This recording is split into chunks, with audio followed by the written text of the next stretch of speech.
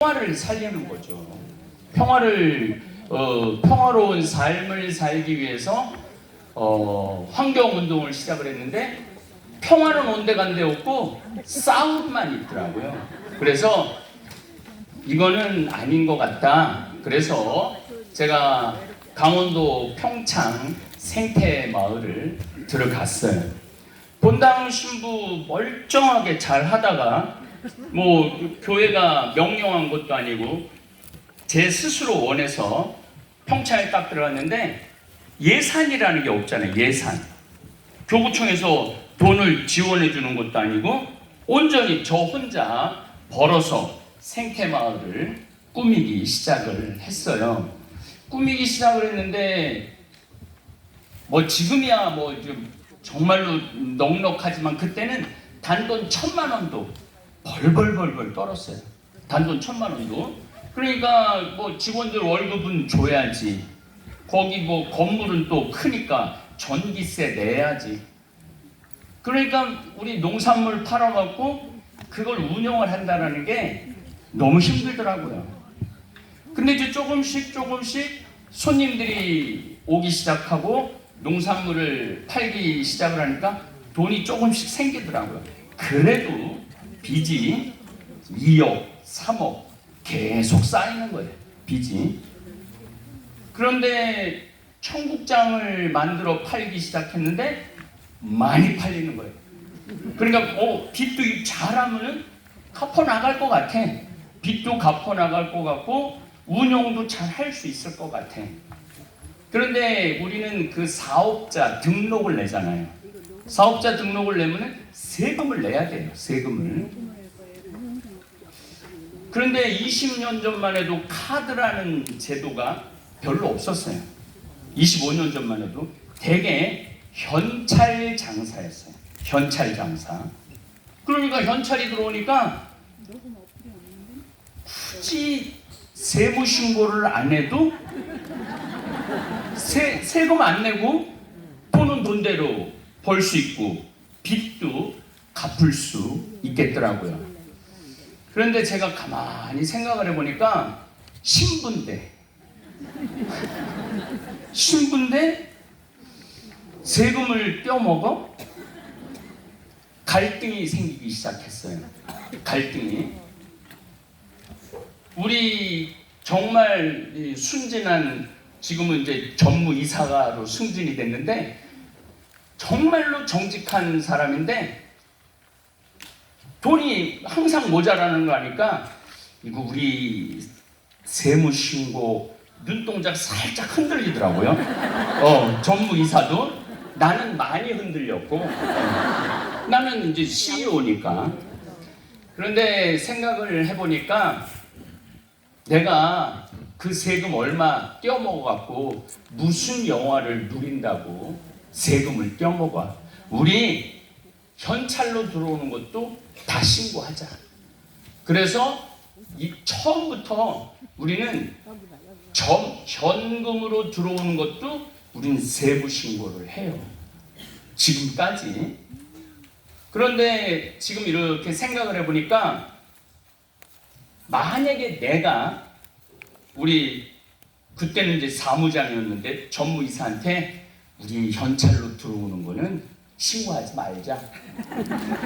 그런 정의를 내가 지키지 않았다면 오늘의 황창현의 행복은 없었을 거예요. 항상 마음 한 곳에 돈 떼어먹은 놈 아니에요. 돈 떼어먹은 놈. 물론 그게 합리화가 될 수 있을 수 있지만 제가 그렇게 이중으로 장부를 기입하기 시작하면은 내 밑에서 일하는 직원들은 이미 괴롭기 시작한 거예요. 돈은 벌긴 버는데 이중 장부를 하고 황창현 신부는 대한민국에서 제일 유명한데 이상하잖아요. 처음부터 우리는 단 1원도 세금을 떼어먹지 말자. 내 마음 안에 박수 받을 거는 아닌데 그러니까 우리 실무 세무 업무를 하는 직원이 마음이 편안한 거예요. 왜냐하면 1원도 안 떼어먹으니까. 그러니까 우리가 점점 1억에서 10억, 10억에서 50억, 50억에서 100억, 100억에서 300억 매출이 늘어나기 시작을 하고, 세금은 우리가 보통 15억에서 20억 정도를 내요. 1년에. 아니 이건 박수 받을 일이 아니죠. 자꾸 박수를 치고. 그런데 만약에 내가 처음부터 이중장부를 쭉 해왔다면, 내가 지금 다리 쭉 뻗고 이렇게 편안하게, 또 12월 3일날 비상계엄령 했다고 열받아갖고 시국 특강 23회 못했을 거예요.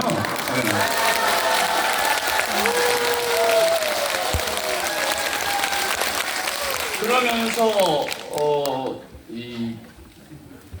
이게 규모가 커지니까요, 국세청에서 세무조사를 나오더라고요. 규모가 커지니까. 그 세무조사가 나오는데 만만치 않게 해요. 아주 1,000원까지 다 찾아내요. 그런데 제가 지금 25년 동안 하면서 단 한 번도 페널티를 물은 적이 없어요. 단 한 번도. 그러니까 일을 하는 내 밑에 이제 직원이 처음에는 3명이었는데 이젠 88명으로 늘었어요. 88명으로 늘었는데, 그 직원들은 어떤 자부심이 있느냐 하면, 우리는 정직하게 일하고 정직하게 벌고 정직하게 세금을 내는 회사다라고 생각을 하니까 직원들이 어딜 가도 당당하고, 더욱이 국세청에서만 나오는 게 아니고 노동청에서도 나오더라고요. 노동청에서는 왜 고용노동부인데 왜 나왔느냐 하면은, 우리가 직원들 월급을 많이 줘요. 우리가 2달 인턴십이 끝나고 나면은 정식 직원이 되느냐 안 되느냐, 정식 직원이 되면 연봉이 4,500만 원이에요. 4,500만 원인데 지금부터 박수를 쳐도 돼요.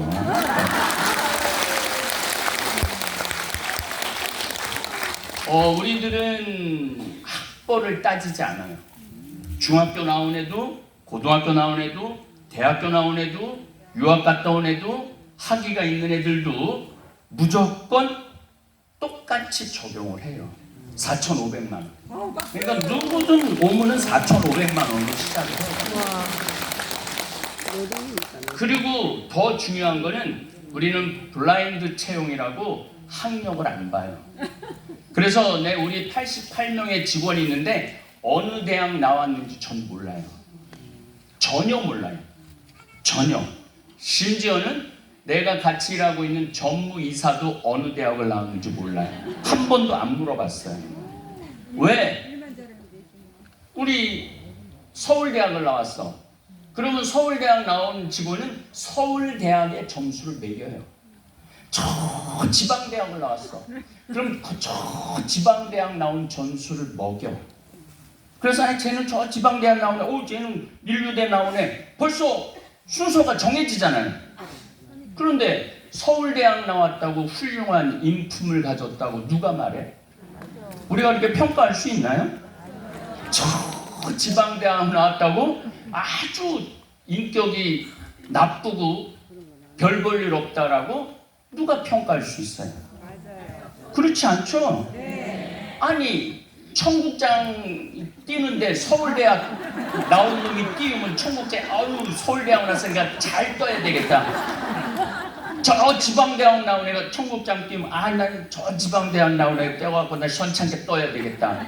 그런 거 없잖아요. 청국장만 잘 만들면 됐지. 무슨 대학이 뭐 그렇게 중요해요. 그래서 노동청에서 왜 나왔느냐면, 강원도에서 월급을 가장 많이 준대요. 우리가.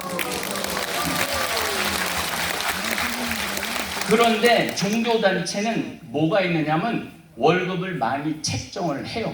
월급뿐만 아니라 다른 데도 그래요.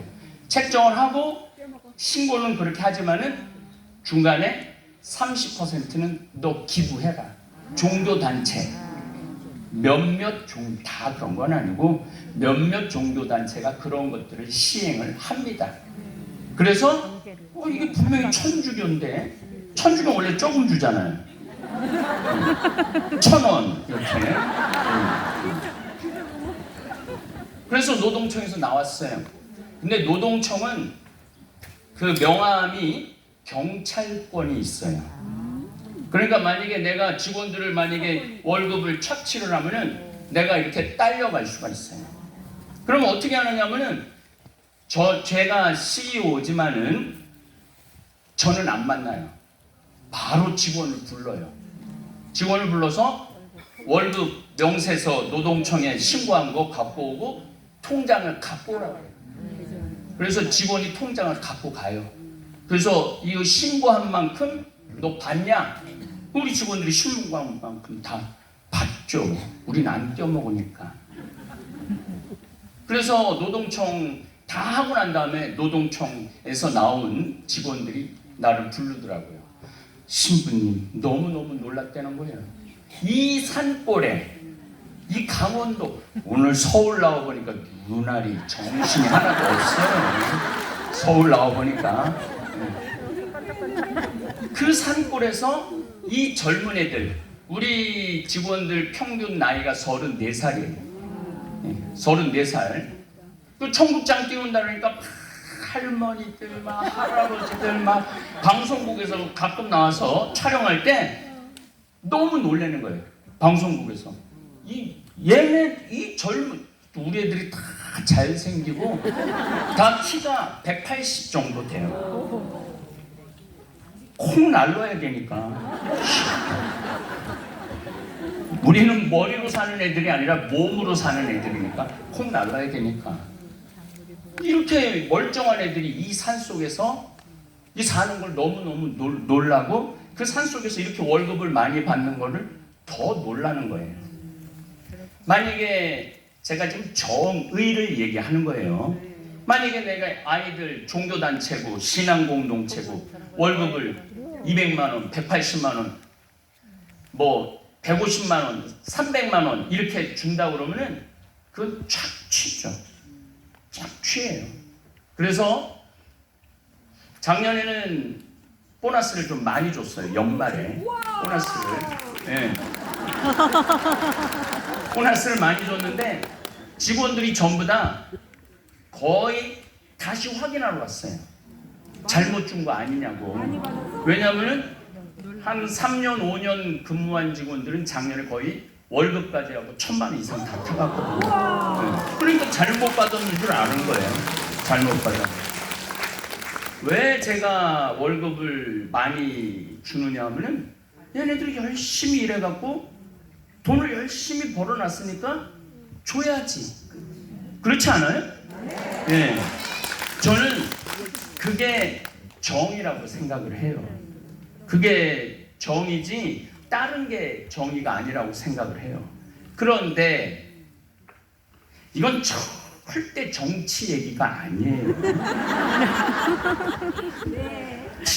지귀연이라는 판사가 자기가 책을 썼는데도 불구하고 날짜, 구속을 날짜로 쭉 했는데 느닷없이 시간으로 계산을 해갖고 풀어줘야 된다. 잘못 구속한 거다. 아니 그동안 70년 동안 그걸 적용을 했는데 왜 딱 한 사람에게만 예외를 적용하냐 이거예요. 그게 정의냐? 아니죠? 거기다가 또 검찰총장은 보통 하면 항소를 해야 되는데 안 하고 그냥 풀어줬어요. 딱 한 사람 그날 그 다음 날부터 항소하라고 또 얘기를 했어요. 아래 검사들한테 딱 한 사람한테만 예외를 적용했어요. 그게 정의냐? 아니요. 정의가 아니죠? 네. 그게 정의가 아닌데 세상에 빛과 소금이 되라고 예수님이 우리한테 얘기했는데 빛과 소금이 되야 되는 신부가 가만히 입 다물고 있으면은 그게 정의인가요? 아니요. 아니죠. 그거는 정의가 아니에요. 우리가 많은 경우 이제 우리나라가 이제 이번에 완전히 환골탈태를 해야 되는 계기가 됐어요. 많은 경우 신부님 중립을 지키세요 이런 말을 많이 해요. 저한테 욕을 이번에 바가지로 얻어먹었어요. 중립을 지키라고. 중립 지키는 건 좋아요. 그러나 옳고 그름은 얘기를 해야죠. 그렇죠?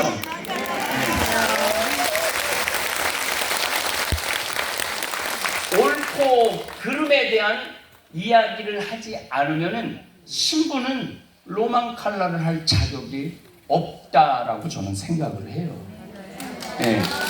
그래서 제가 23회에 걸쳐서 시국특강 어제로 끝냈어요. 왜냐? 제가 1회 시국특강할 때 뭐라고 얘기를 했느냐 하면 저글링. 아이고 똑똑하네. 이 국민을 상대로 비상계엄을 선포한 이러한 대통령이 내려오기 전까지는 나는 멈추지 않겠다고 그랬어요. 내려오기 전까지는. 근데 어제 내려왔네. 그래갖고 제가 어제부로 이제 시국특강을 끝냈어요. 네, 어제로 깨끗하게 끝냈어요. 얼마나 기분이 좋은지 몰라요.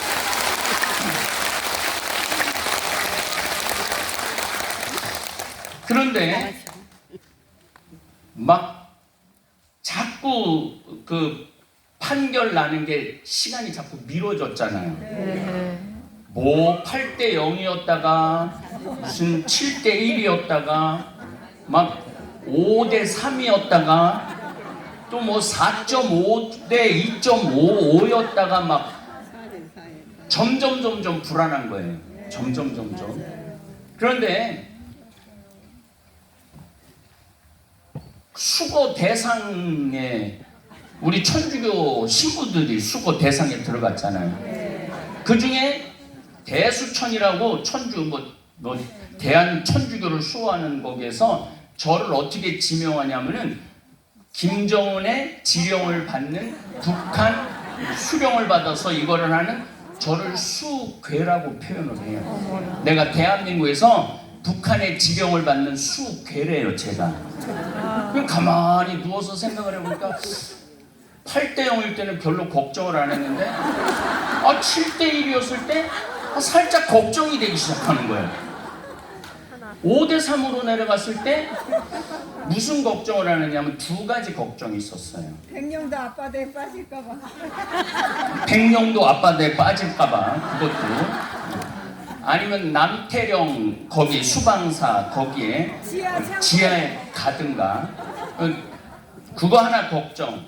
또 하나는 내가 88명의 직원을 데리고 있잖아요. 그리고 규모가 굉장히 크거든요. 그거 국가에서 요절 내려고 그러면은 멀쩡한 사람도 요절이 나는 거예요. 그러니까 내가 뭐 백령도 빠지는 건 뭐 이렇게 그냥 그래도 생태마을이 분해된다면 어떻게 될까? 그런데 고민을 했죠. 이걸 더 세게 나가? 아니면은 꼬리를 내려? 그런데 저는 결론을 더 세게 나가기로 결론을 내렸어요. 네. 그런데 다행히 어제 탄핵이 돼서 여러분들이 만세 지르는 거하고 내가 만세 지르는 거하고는 크기가 달라요. 네. 그래서 제가 진짜 만세 그랬어요. 만세. 네. 국민들도 얼마나 편안해요. 마음이 편안하죠 이제. 5,200만 명이 스트레스를 받았잖아요. 네. 아니 이건 여든 야든 뭐 좌든 우든 진보든 보수든 다 스트레스를 받은 거예요. 네. 저는 민주당도 아니고 국민의힘도 아니고 저는 예수당이에요. 예수당. 네.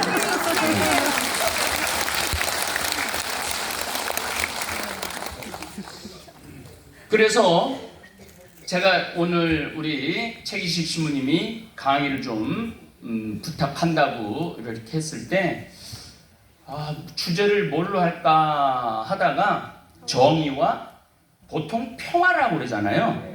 근데 정의와 행복으로 주제를 잡았어요. 정의, 선, 도리를 지키니까 평화는 말할 것도 없고 행복의 크기가 점점 커지더라고요. 행복의 크기가. 그래서 여러분들도 정의를 지킬 때 평화도 오지만 행복, 진정한 행복을 얻을 수 있다. 이거를 이제 기본적으로 말씀을 드리고 싶었어요. 오늘 점심에 대학로에 있는 청년 문간 을 갔어요. 거기서 내가 김치찌개 사드렸는데 드신 분 손 들어보세요. 많이 드셨네요. 네. 3,000원. 그런데 제가 김치찌개를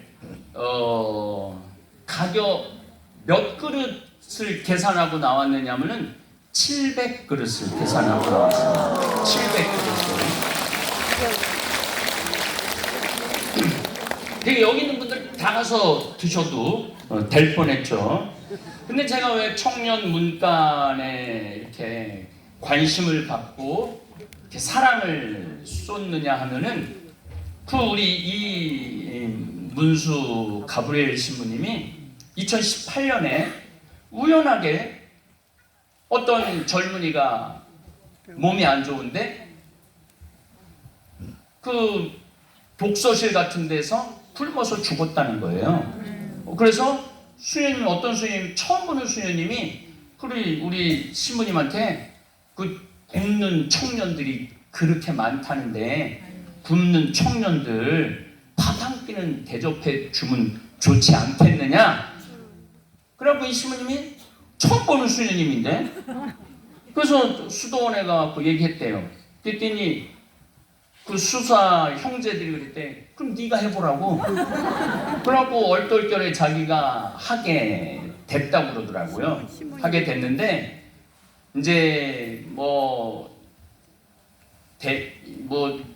서울 성북동에 하나 있고 대학로에 하나 있고 그 다음에 낙성대에 있고 안산에 있는데 운영하는 게 힘들다고 그러더라고요. 왜냐면 애들은 3,000원짜리 하고 밥은 3그릇, 4그릇 와서 먹는다는데 3,000원 이상 안 받고 그러니까 3,000원 가지고 배는 골지 말아야 되지 않느냐.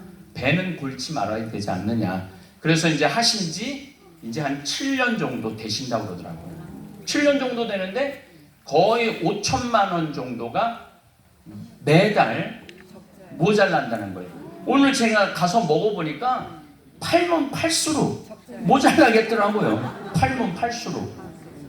그런데 작년에 12만 그릇을 팔았대요. 그러니까 12만 끼를 대접을 해준 거죠. 올해는 18만 끼를 대접할 수 있을 것 같다고. 그런데 돈이 모자란다는 거예요. 나한테 와갖고. 그 무슨 얘기야? 도와달라는 얘기지. 도와달라는 얘기죠. 그래서 우리 다볼 사이버 거기에 여기 오늘 다볼 교우들이 많이 와서 감사 인사를 드리려고 이 말씀을 꺼냅니다. 한 5일 모았어요. 5일 모았는데 한 1억 5천 정도 들어올 줄 알았어요. 1억 5천. 그런데 자꾸 돈을 더 내는 거예요. 나 5천만 원은 이제 제가 내려고 마음을 먹고 있었어요. 그런데 2억이 훌쩍 넘었어요. 그래갖고 드립다 2억을 줬어요. 드립다 2억을 갖다 줬는데 1,000만 원이 더 들어왔어요. 그래갖고 2억 1,000만 원이 들어온 거예요. 그러니까 다볼 사이버 교우들이 사실은 여러분들 배고픈 젊은이들 내가 정말 대접하고 싶어. 어디 가서 찾아서 대접을 할 수 있어요? 어디 가서? 저기 아무 데나 가고 두들기고 배고픈 젊은이들 일로 와 내가 밥 한 끼 사줄게. 그게 안 되잖아요. 그게 안 되는데 이문수 가브리엘 신부님이 그 일을 하잖아요. 그러면은 난 어떻게 하기만 하면 돼? 돈만 보내주면 돼. 그 내 대신 누가 심부름을 해? 이문수 가브리엘 신부님이 심부름을 하잖아요. 그 얼마나 좋아요. 그렇게 나누는 일에 동참하는 것도 정의에 동참하는 거예요. 정의에. 그래서 내가 키우는 개가 있는데 이름이 녹두예요. 녹두인데 얘가 아파트라는 AI로 쇼츠를 올렸는데 조회수가 굉장히 많아요. 그래갖고 지금 4만 1,000회 조회수가 개가 불렀는데도. 그래서 이제 처음에는 거기도 수익이 생기니까 이제 1,000회 하면은 10,000원 해갖고 잠비아에 애들 밥 해주는데 해야 되겠다. 그런데 생각보다 훨씬 많은 거예요. 그래서 오늘 녹두가 출연한 쇼츠에서 20만 원을 빼서 신부님한테 드렸어요. 그리고 녹두 사진 그 봉투에다 녹두 사진을 이렇게 해서 신부님 얘가 여기다가 밥값 내놨다고 그랬더니 우리 다볼교우들이 이런 글을 썼어요. 개도 배고픈 청년을 밥을 대접하는데 사람인 내가 동참하지 않으면 이게 어떻게 하느냐. 그래서 정말 많은 분들이 함께 동참을 이렇게 했어요. 그게 정의로운 세상이에요. 정의로운 세상이고 행복한 세상이라는 생각을 합니다. 자, 이제 지금 뭐 국무총리하고 저기 부총리는 그냥 하려고 그랬는데 충분히 얘기한 것 같아요. 욕할 만큼 다 한 것 같아요. 이제 넘어갑니다. 행복으로. 여러분들은 이제 여기 대체적으로 평균 나이가 한 60쯤 돼 보여요. 다 젊어 보여요. 우리 최기식 신부님은 지금 한 63 정도 돼 보여요. 80이 넘으셨다는데 저렇게 젊으시어요. 그런데 여러분들이 지금 한 60 평균으로 보면 여러분들은 앞으로 40년 남았어요. 40년. 제가 30년 전부터 여러분들 100세 인생 살 거라고 분명히 말씀을 드렸어요. 그때 많은 사람들이 신부님 끔찍한 소리 하지 말라고 100살까지 어떻게 사느냐고. 그 대표적인 사람이 우리 어머니예요.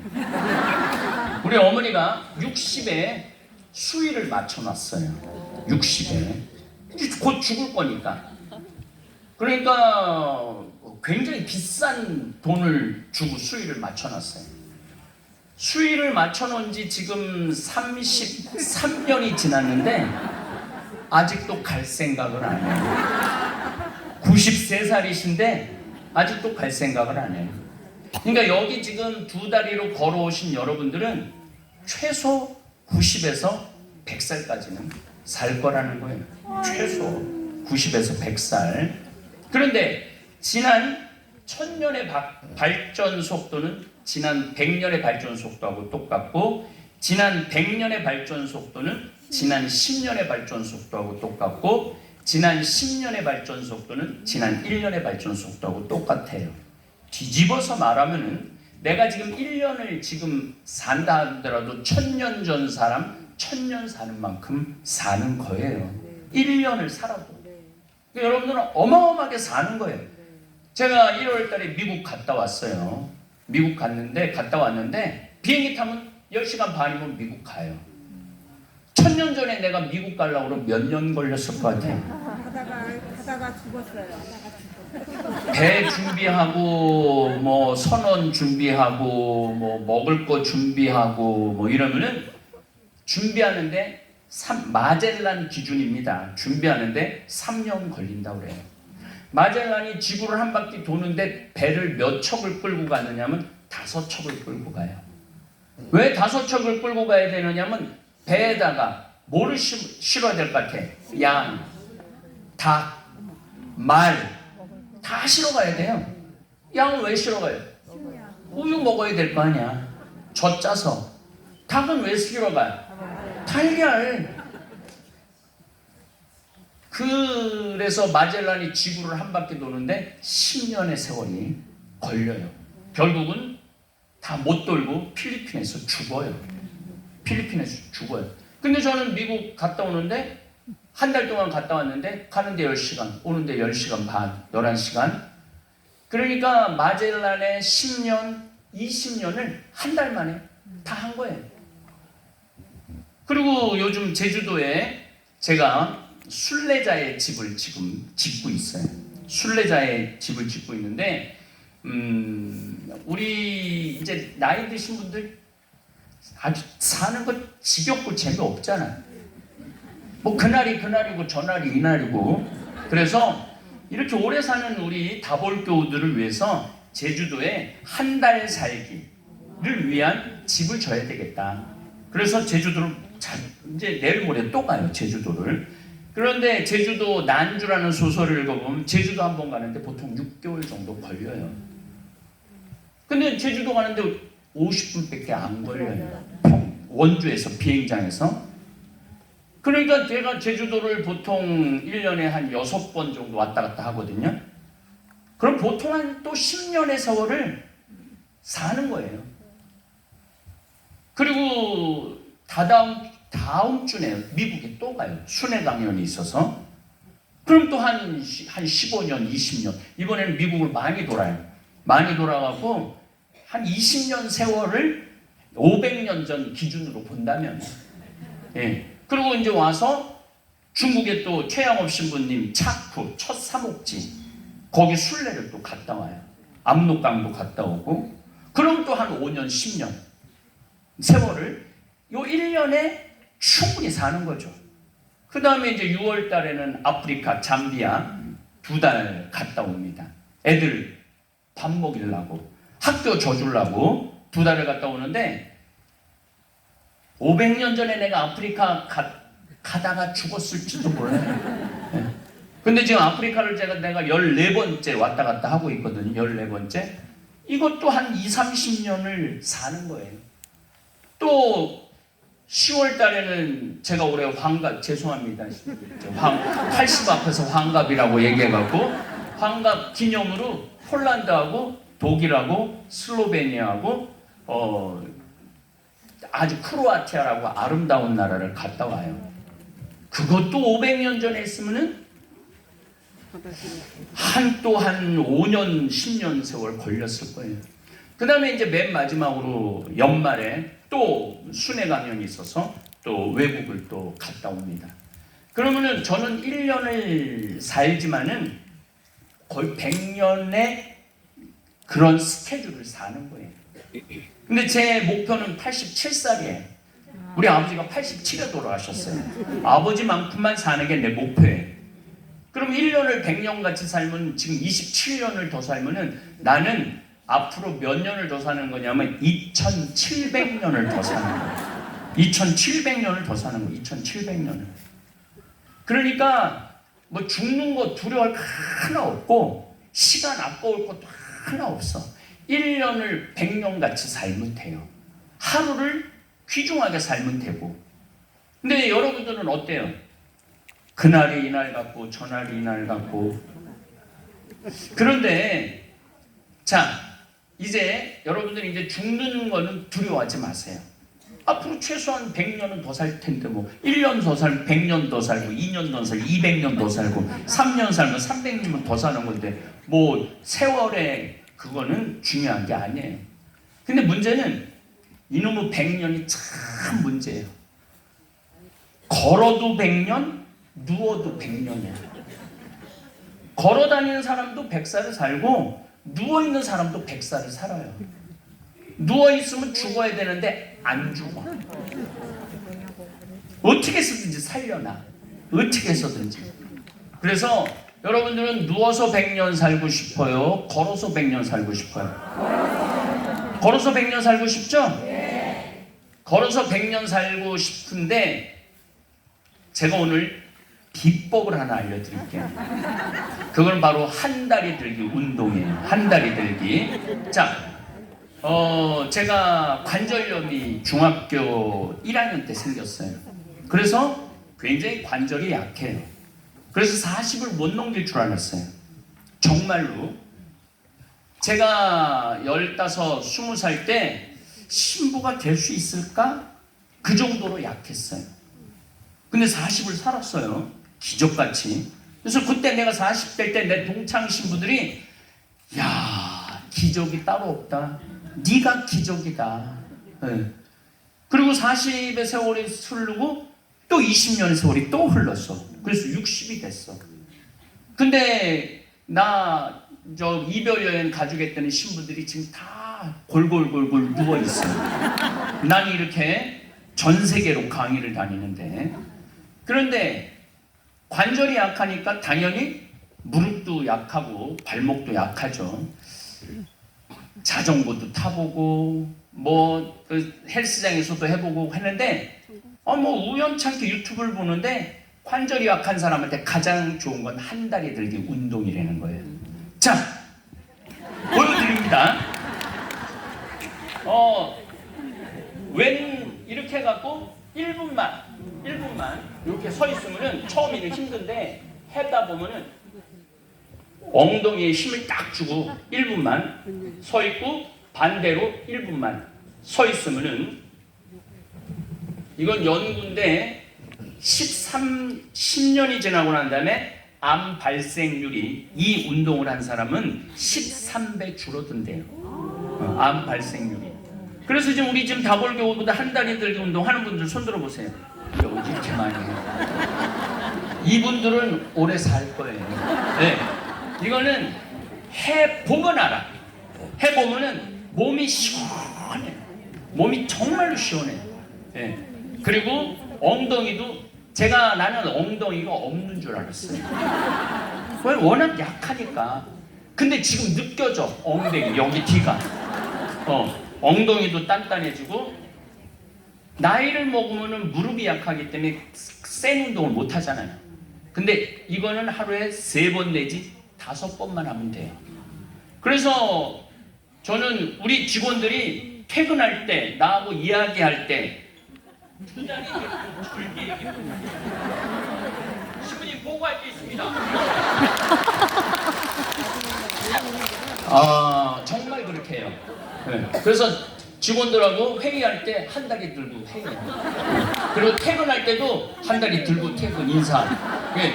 퇴근하겠습니다. 퇴근하겠습니다. 한번 해보세요.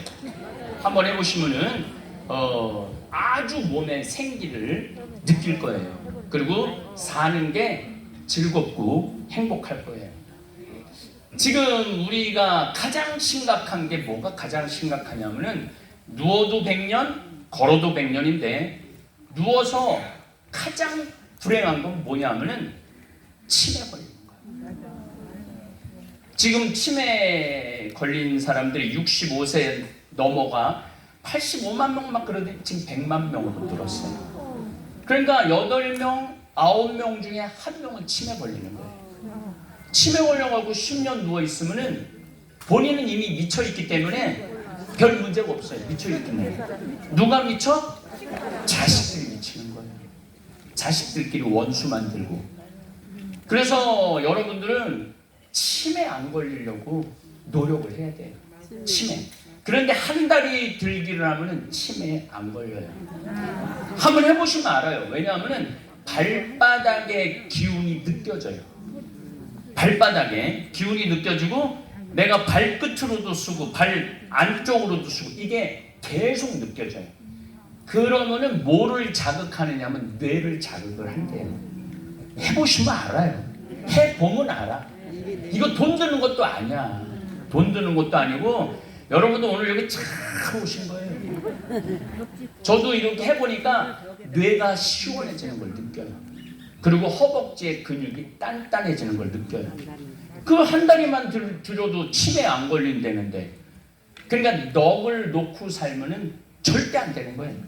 여러분들은 앞으로 1000년 내지 1500년을 더 살 건데 정신 바짝 차려야 되지 않겠어요? 네. 1000년을 더 살 건데 정신을 내가 어떻게 살아갈 것인가, 어떻게 건강을 유지하고 살아갈 것인가, 이게 참 중요한 거예요. 제일 불쌍한 사람은 심해 걸려서 죽는 사람이에요.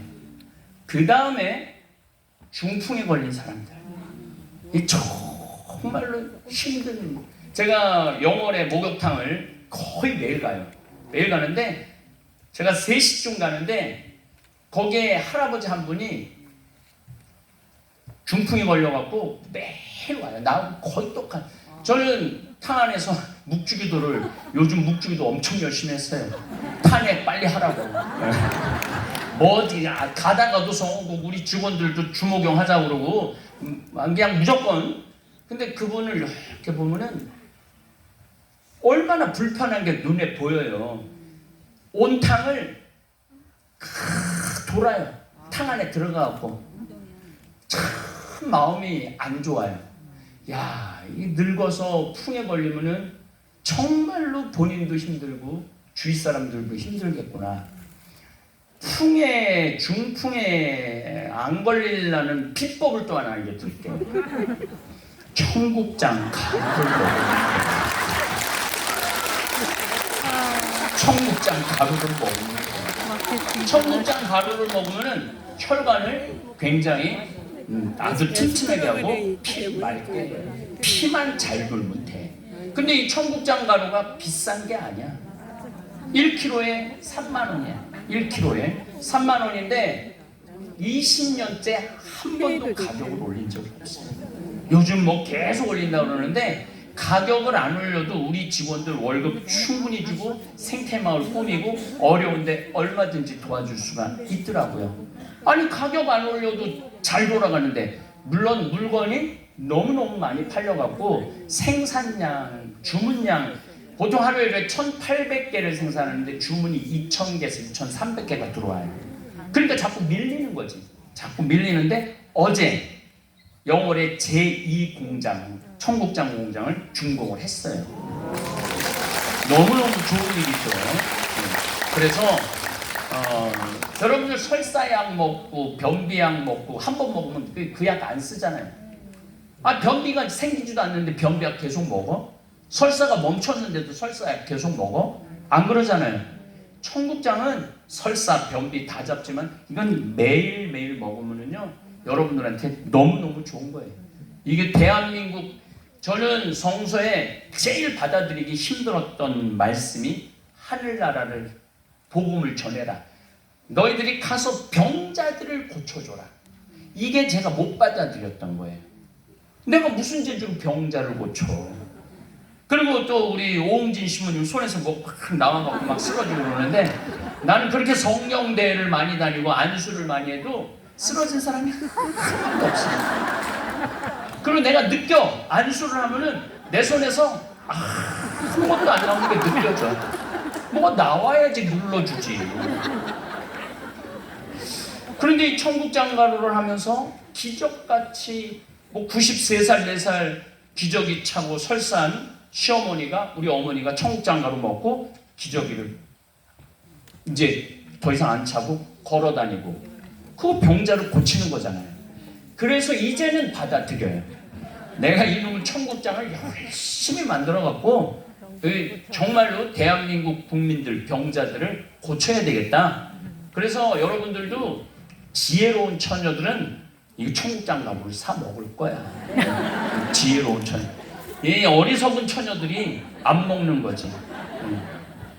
어쨌거나 하여튼 비싼 거를 먹는다고 건강한 게 아니더라고요. 제가 이렇게 보니까 저는 정말 소박하게 먹어요. 김치, 청국장 찌개, 그리고 우리 나물, 그거 외에는 먹는 게 없어요. 고기는 거의 안 먹어요. 저는 1년에 소고기는 2번, 3번 어쩔 수 없을 때 그때 먹고, 돼지고기는 한 5번, 7번 정도 먹는 것 같아요. 그 외에는 고기를 안 먹어요. 그런데도 뭐 활동하는데 생활하는데 아무 지장이 없더라고요. 치매 걸리지 마시고 풍에 걸리지 마시고 정말 좋은 건 뭐냐면은 암에 걸려 죽는 거예요. 이거 잘 마음에 오늘 새기고 가세요. 암에 걸려 죽는 것처럼 좋은 게 없어요. 단 조건이 있어요. 항암하지 마세요. 그냥 한 80은 좀 관두고 한 85세 암에 걸렸어. 그러고 나한테 울며불며 와갖고 신부님 나는 억울해서 못 죽는다고. 아니 85세 암 고쳐갖고 뭐 하려고. 이제 갈 때가 됐는데 억울해서 못 죽는다는 말 하기 전에 60에서 75, 80 사이에 행복하게 사세요. 네, 맞아요. 그 80에 암에 걸리면 그냥 죽어. 항암을 뭐하러 해? 항암을 하는 순간 그때부터 고통이 다가오는 거예요. 항암을 하는 순간. 그러니까 60부터 80까지 2000년의 세월을 산 사람은 별로 미련이 없어요. 근데 그 2000년, 20년의 세월을 허송 세월을 보낸 사람은 죽는 게 억울해. 분해. 나 호강 한번 안 해봤는데. 그 지금 하시라는 거예요. 지금. 그 암에 걸리면은 그냥 항암 안 하면 그렇게 고통스럽지 않다고 그래요. 제가 암 환자들하고 한 5년 살았거든요. 한두 명도 아니고 20명씩. 근데 항암 하나 안 하나 반은 죽고 반은 살더라고요. 하나 안 하나. 그러니까 여러분들도 뭐 한 75세 암에 걸리면은 뭐 치료하는 것도 괜찮아요. 이건 적어야 되는데 내가 85세 암에 걸렸다. 아, 난 진짜 행복하게 죽을 수 있다. 그렇게 죽는 게 참 좋은 것 같아. 그 다음에 이제 좋은 죽는 방법은 돌아다녀. 그냥 돌아다녀. 해만 뜨면 나가.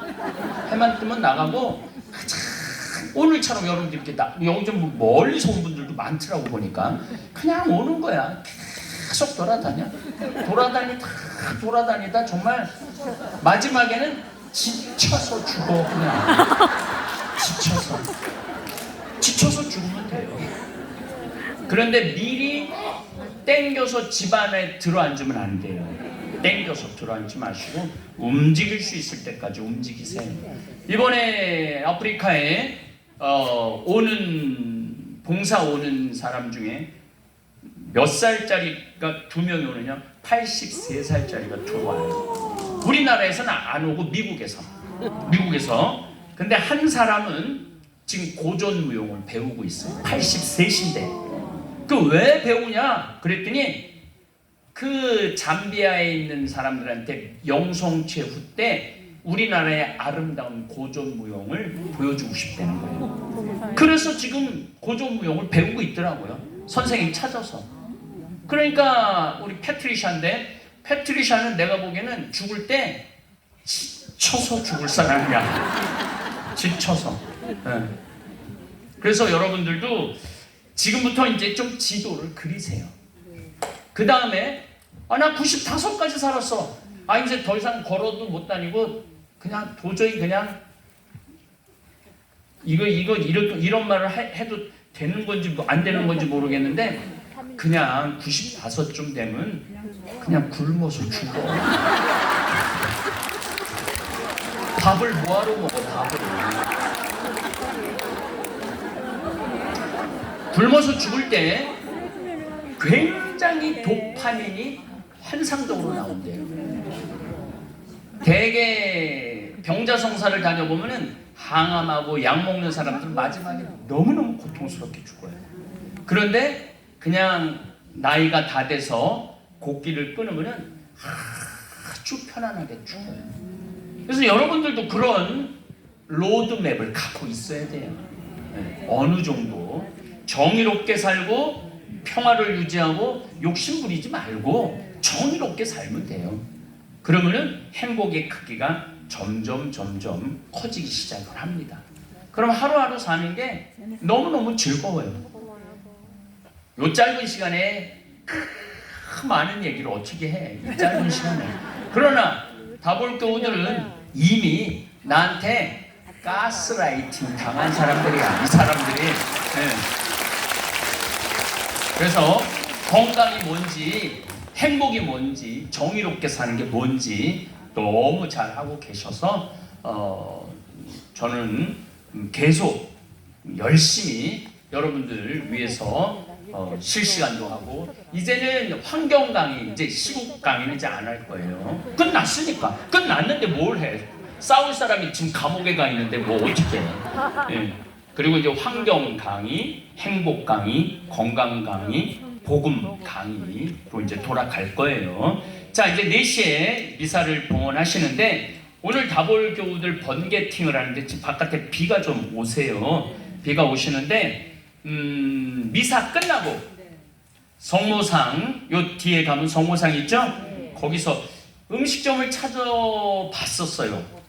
그런데 제 생각에는 너무 많이 올 것 같았어.